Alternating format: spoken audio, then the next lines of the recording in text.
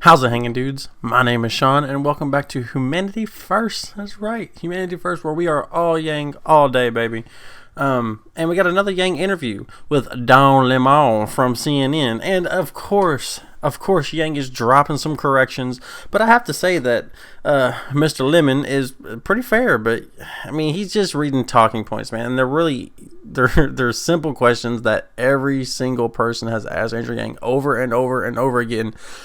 There's a couple little weird spots in here, so let's go ahead and break some of this down. So let's go ahead and start playing. I've also heard some of the comments people want to see like some of the longer clips in their entirety. So we'll try to mess around with that today. So let's go ahead and play the clip. President and as a candidate for re-election in 2020, taking a few hours out of his week-long vacation to make a speech at a petrochemical plant under construction in Western Pennsylvania, calling it an example of U.S. energy dominance. But even though the president's trip was funded by taxpayers, he went into campaign mode. In 2020, we're running, so you better get out there and make sure we win. The president also used the occasion of what was supposed to be an official event to bash Democrats. I'm going to talk to one of the Democrats vying to run against the president.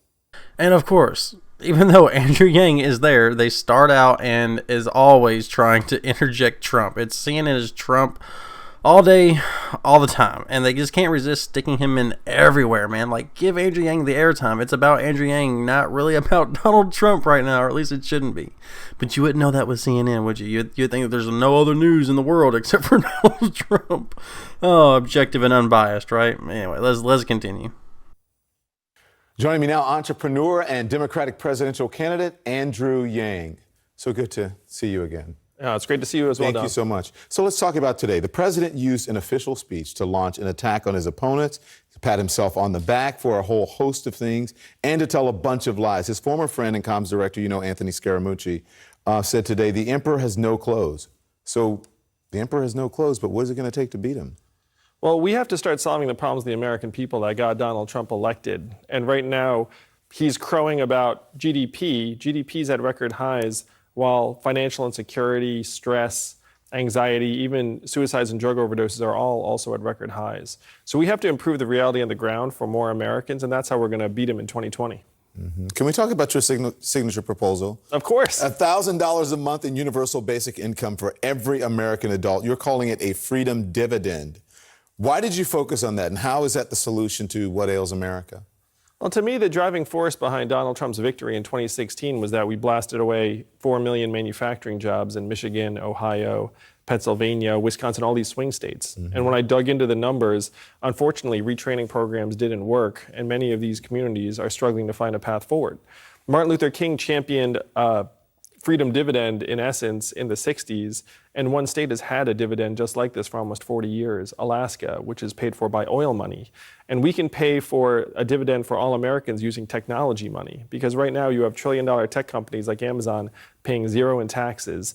If we get some of the gains from this economy into our hands, then we'll create a trickle-up economy, and that's what the Freedom Dividend is meant to kickstart. How will they pay for universal basic income? You mean how will we, like as a society?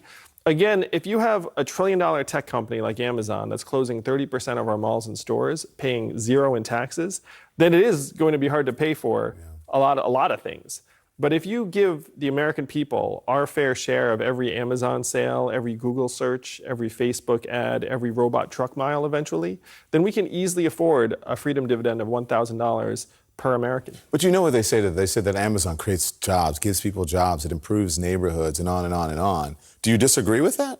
Oh, Amazon's doing a lot of the job creating, but it's also doing a lot of job destroying on the other end. They recently even just came clean and said that they're going to spend billions of dollars trying to retrain their own employees. But you know who they're not going to retrain?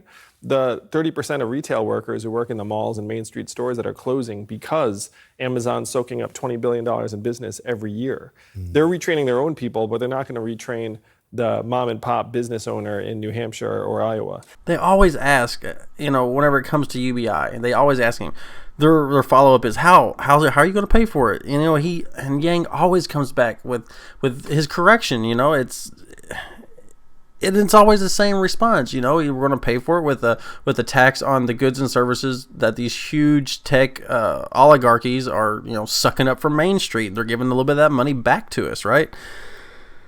Well, you would think that at some point in time that these talking heads, as Andrew Yang likes to say, would come back with something. You would come up with some sort of false smear, some sort of talking point, but they can't. You know what I mean? They just can't, because Yang is just right. He's just right, and you really can't argue with him on the numbers. He's a numbers guy. You know what I'm saying? Math, son, math. Anyway, let's continue. I want to play this moment from the CNN debates last month. Watch this. You know what the talking heads couldn't stop talking about after the last debate? It's not the fact that I'm somehow number 4 on this stage in national polling. It was the fact that I wasn't wearing a tie. Instead of talking about automation in our future, including the fact that we automated away 4 million manufacturing jobs, hundreds of thousands right here in Michigan, we're up here with makeup on our faces and our rehearsed attack lines, playing roles in this reality TV show. It's one reason why we elected a reality TV star as our president. I mean, that got thunderous applause there. I was on the stage that night. People loved that line. They also loved it at home and on social media. So the question is, how does a Democrat run against that reality show that's happening now? You know, Don, it's been a joy running for president because people have been digging into the ideas behind this campaign, and a lot of these ideas take a little bit more time than a 60-second soundbite. No offense, because I'm thrilled to be here. But my popularity rose in large part because of long-form conversations on the internet. People have been reading my book and finding out about the fact that we're in the midst of the greatest economic transformation in the history of our country. Yeah. What experts are calling the fourth industrial revolution. We need to have a real conversation about what that means for our society. Race. Let's talk about that. I mean, what are these questions, Don? Like, you would think they would do some due diligence, like, oh, he's had, 20, 30 different, 40 interviews, right, with mainstream media, and they've all been the same questions. It's like, is this like a bad episode of Groundhog's Day? Like, what's going on here, guys? I don't know. Let's get through this last bit here. It's going to be front and center in this campaign. You said the other day on CNN that you had no choice but to call President Trump a white supremacist. Why go that far? Well, we have to judge people by their words and actions. And over the recent number of weeks, Donald Trump's been saying things that have no place in American politics, much less coming out of the White House. And so if you're asked, do you think that Donald Trump is a white supremacist, and you have this record of actions that have been incredibly destructive, I mean, there's no greater responsibility than being the President of the United States and sending a leadership message in terms of what the values of this country are. And so if he's denigrating people who are Americans and saying, go back to your country, if he's calling for pushing back an invasion and other things that end up inciting very, very negative, in some cases, tragic actions, then you have no choice but to call it out. Yeah. Why do you think his use of race is not a deal breaker for some voters?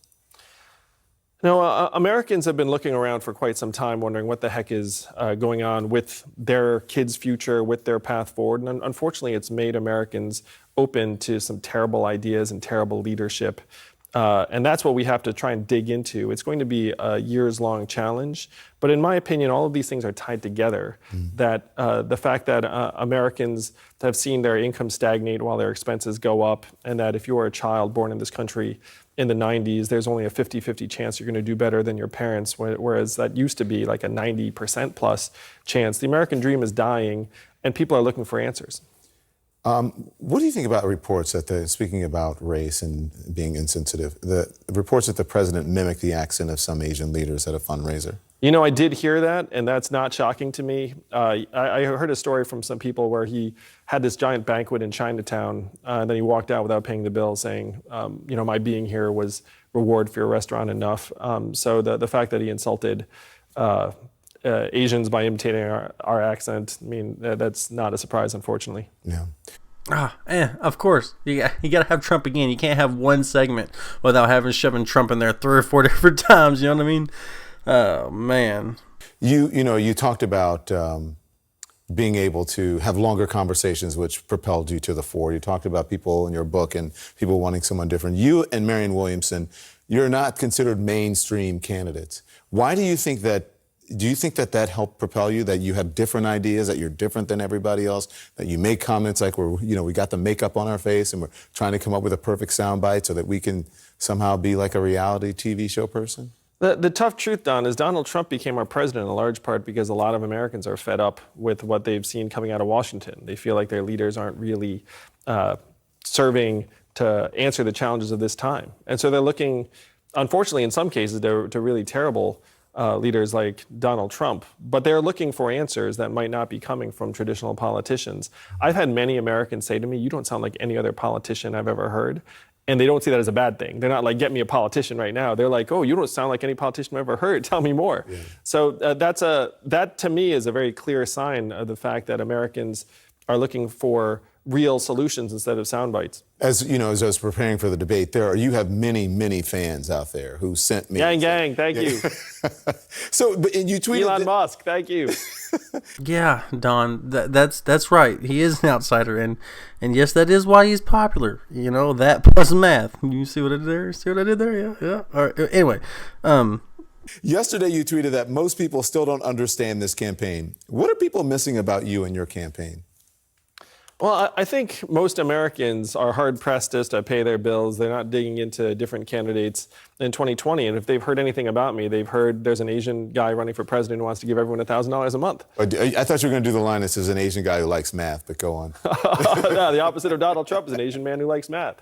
And so what they don't understand about this campaign is that in many ways, the Freedom Dividend is about everything but the money. Where I gave $1,000 a month to a family in Iowa, and I just saw him when I was there this past weekend. And he said to me, "You know what I did, Andrew? I bought a guitar. And now I've been playing shows, and then this band wants me to play on their show next week," and he was beaming. When I saw him a couple of months ago, he was frankly not beaming. He was taking care of his ailing mom who has cancer. He was quite depressed. Seeming, sorry, Kyle, but you seem depressed. And then 2 months later, he's like, seems like a new person.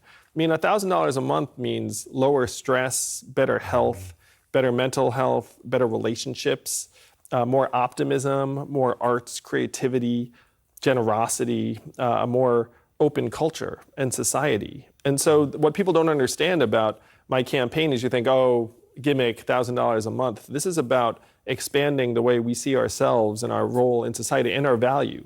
Because if we allow the market to determine our value, we are screwed over time because the market's going to turn on more and more Americans. I just want to ask you one quick question. Oh, please. You know the whole thing about the Democratic Party is moving too far to the left, right? Socialism. What do you think of that whole argument? Unfortunately, I think the socialism-capitalism dichotomy is really unproductive and out of date. And I'm going to quote a friend of mine, Eric Weinstein, who said, "We never knew that capitalism was going to get eaten by its son, technology." I mean, when you were coming up with these economic structures, you could never foresee things like artificial intelligence that could do near limitless work for next to no additional cost. Mm-hmm. So we have to start trying to solve the problems of the 21st century, and saying, are you a socialist, are you a capitalist, is just not helpful. We just need to take the best of both worlds, if you will. Mm-hmm. And the freedom dividend, what I'm describing, sometimes people say, like, oh, that's socialism. It's capitalism where income doesn't start at zero. Markets function better, businesses function better, consumers do better when we have money to spend.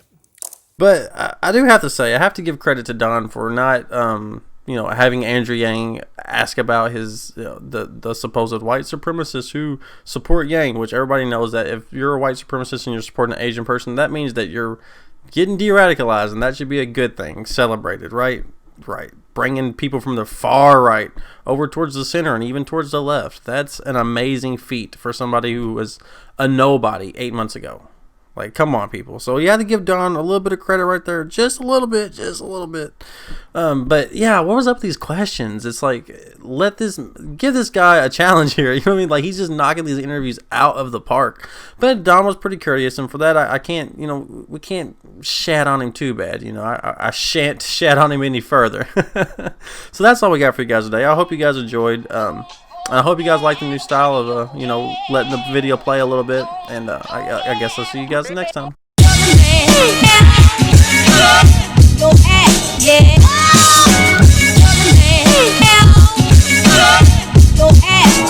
One of the best to ever do it.